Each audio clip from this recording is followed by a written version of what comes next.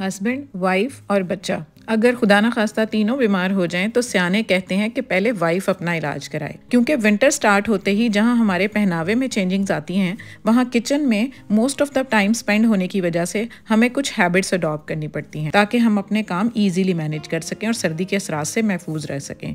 Cold, कफ, fever और flu वगैरह ना हो जाए, अदरवाइज हम ठीक नहीं होंगे तो दूसरे फैमिली मेम्बर्स को कौन देखेगा। सो आज आपसे 15 हैबिट्स मैं शेयर कर रही हूँ जिनको अडॉप्ट करके बाकी फैमिली लाइफ की केयर इजी बना देती हूँ। So let's see what it is. अस्सलाम वालेकुम everyone, welcome to Womenia ATF with a new video and I hope you all are very good. I am also fine, अल्हम्दुलिल्लाह। सर्दी में direct tap water से बर्तन धोना क्वाइट चैलेंजिंग है। इतना बहादुर बनने की ज़रूरत नहीं है।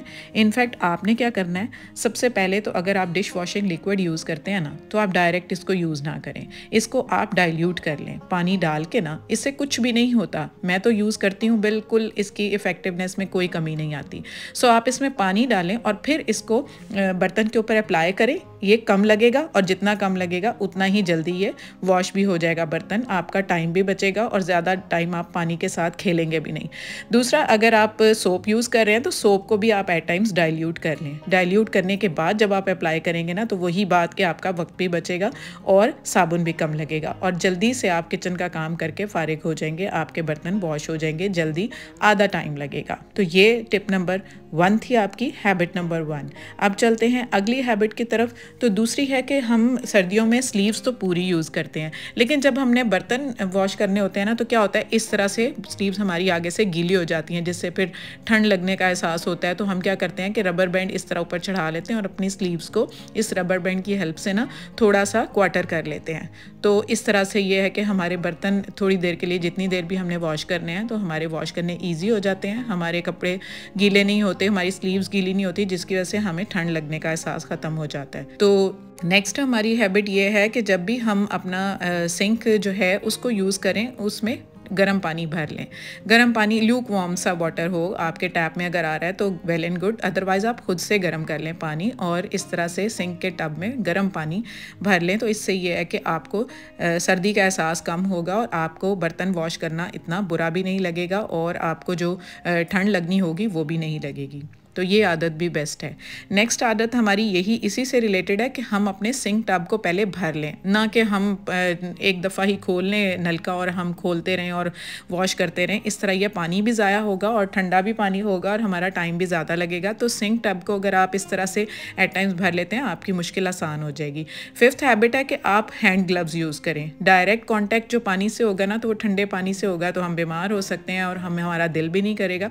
तो ये है कि अगर हम सेफ्टी प्रिकॉशंस ले लेते हैं ना, इस तरह से हैंड ग्लव्स को यूज़ कर लेते हैं, तो इस तरह हमारे हाथ भी ख़राब नहीं होंगे। सबसे बड़ी बात, लेडीज़ को जो मसला होता है ना, मुझे तो बहुत मसला होता है कि मेरे हाथ भी ख़राब ना हो, क्योंकि डिश वॉशिंग लिक्विड हो तो इसमें भी केमिकल्स होते हैं और जब हम फ्रीक्वेंट जब बर्तन वॉश करते हैं तो हमारे हाथ ख़राब होने का खदशा होता है। तो इसलिए ये है कि आप अपने हैंड ग्लव्स यूज़ कर लें।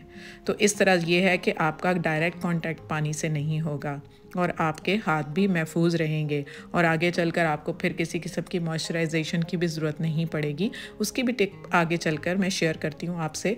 तो ये है कि आप हैंड ग्लव्स ज़रूर यूज़ करें। तो नेक्स्ट हैबिट भी टैप फ्लो से ही रिलेटेड है। जब भी हम पानी खोलें ना, अगर हमने नहीं सिंक भरना, तो टैप फ्लो जो है वो मिनिमल सी होनी चाहिए, ज़रा सी होनी चाहिए कि आप ज़्यादा, एक तो पानी वेस्ट नहीं होगा, दूसरा ठंडा पानी ज़्यादा नहीं लगेगा और हमारा बर्तन वॉश हो जाएगा, अगर थोड़े से 1-2 बर्तन हैं तो।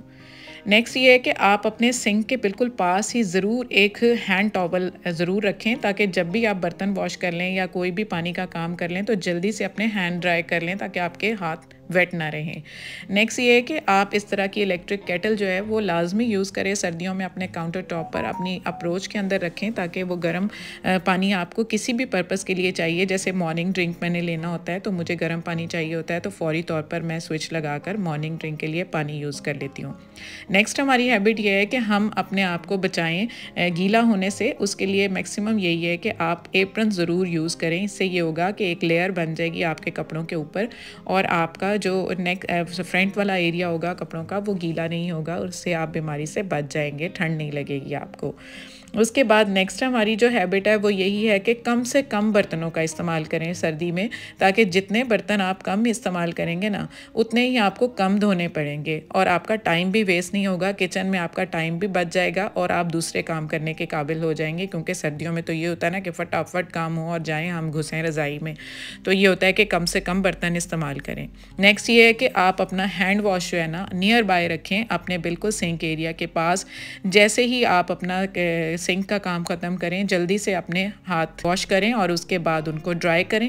और ड्राई करने के बाद नेक्स्ट हैबिट ये है कि साथ ही आप हैंड वॉश के साथ ही मॉइस्चराइज़र भी ज़रूर रख लें, सर्दियों में ख़ासकर, क्योंकि हाथों की स्किन इतनी सेंसिटिव होती है, डिटर्जेंट्स वगैरह लगने से, ठंडा पानी लगने से और काम करने से हमारी स्किन जो है ना एट टाइम्स ड्राई हो जाती है। तो उसको बिल्कुल मॉइस्चर उसके अंदर रखने के लिए और उसको हाइड्रेटेड रखने के लिए ज़रूर यूज़ करें। नेक्स्ट जो हमारी हैबिट है वो ये है कि मल्टीपल कुकिंग की आदत को अडॉप्ट करें सर्दियों में, कि एक वक्त में 2 काम कर ले। जैसे यहाँ पर मैंने शलजम बॉयल किए, साथ ही मैंने डबल बॉयलर यूज़ करके आलू भी साथ ही बॉयल कर लिए। तो उससे क्या हुआ, एक तो मेरा अपना टाइम बहुत बच गया, दूसरा ये कि गैस की भी बचत हो गई। सर्दियों में आपको पता है आजकल गैस की तो रूटीन में इतनी प्रॉब्लम चल रही होती है, तो आजकल तो बहुत ज़्यादा। तो इस तरह से आप अपना टाइम भी बचा सकते हैं और गैस भी।